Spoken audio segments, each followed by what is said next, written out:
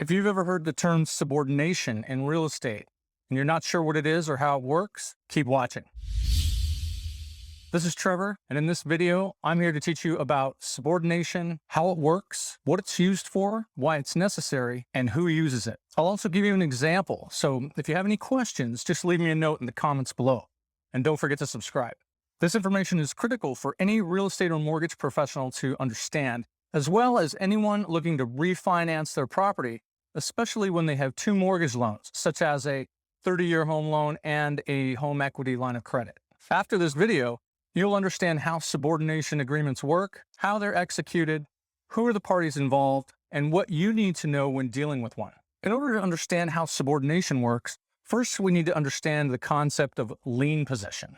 When somebody takes out a mortgage loan, the lender records a lien on the property. This lien creates a public record that pledges the property as security or collateral on the loan. When a property has multiple liens, such as in the case of a home mortgage loan and a home equity line of credit, the liens are prioritized in order of when the lien was recorded.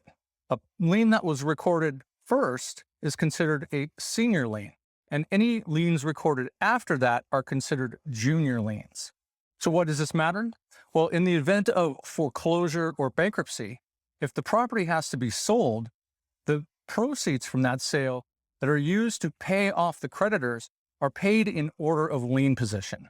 So the senior lender gets paid first, and then if there are any proceeds left over, then the first junior lien holder will get paid, and so on.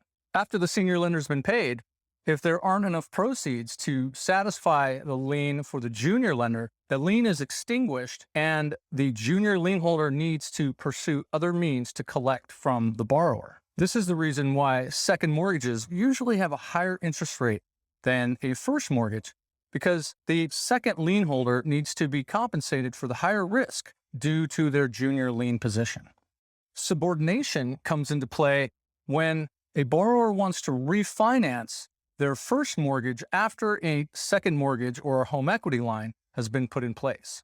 Let's use an example of a homeowner who takes out a 30-year fixed rate loan.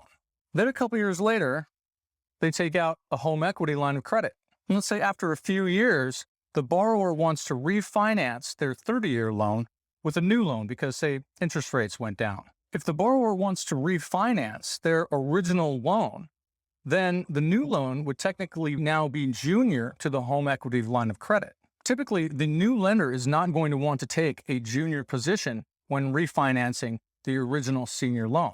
So what they do is when they go to pay off this loan, they have the junior lien holder sign a subordination agreement that effectively takes the junior lien and puts it junior to the new loan, which now becomes the senior debt. Now that the home equity line of credit has been subordinated to the new loan, the new lender who is refinanced will be first lien position and will be first in line to get paid in the event of foreclosure or bankruptcy. Most subordination agreements are pretty seamless and standard. People refinance their mortgages all the time. So junior lenders or home equity lenders are quite accustomed to subordinating to that new senior debt. If they refused to subordinate, people would either be more hesitant to borrow from these lenders who are in the business of making loans, or they would get paid off by the borrower, and then they would be forced to go find a new borrower to redeploy that capital.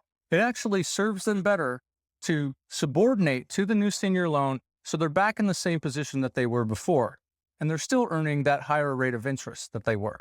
Oftentimes, when a subordination is happening, if the original lender and the home equity lender are the same institution, the borrower doesn't even really know what's happening until they're required to sign the subordination agreement along with the lenders at the closing of the refinance. However, it's quite common that the new lender and the home equity line of credit lender are different. In that case, the two institutions will have to collaborate on the subordination agreement and work together to draft the paperwork. Some lenders might charge a subordination fee or other fees, or possibly even require a new appraisal. When those two lenders are different companies, quite often delays can occur.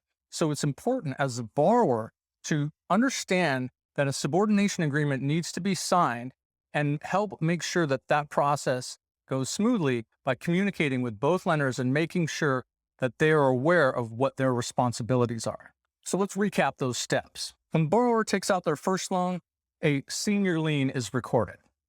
When they take out their second loan, such as in a home equity line, a junior lien is recorded.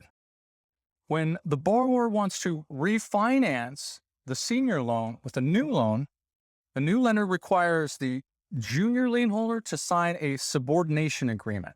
When that new lien is recorded, the subordination agreement is recorded as well, and so the home equity lender is now once again in the junior position, and the refinance lender is in the senior position. If you found this video helpful, please like and subscribe. And I have a whole library of real estate, finance, and investment courses online for investors, real estate and mortgage professionals, or anyone else looking to improve their skills in real estate finance. And you can find those at evergreen.courses. This is Trevor. Thanks for watching.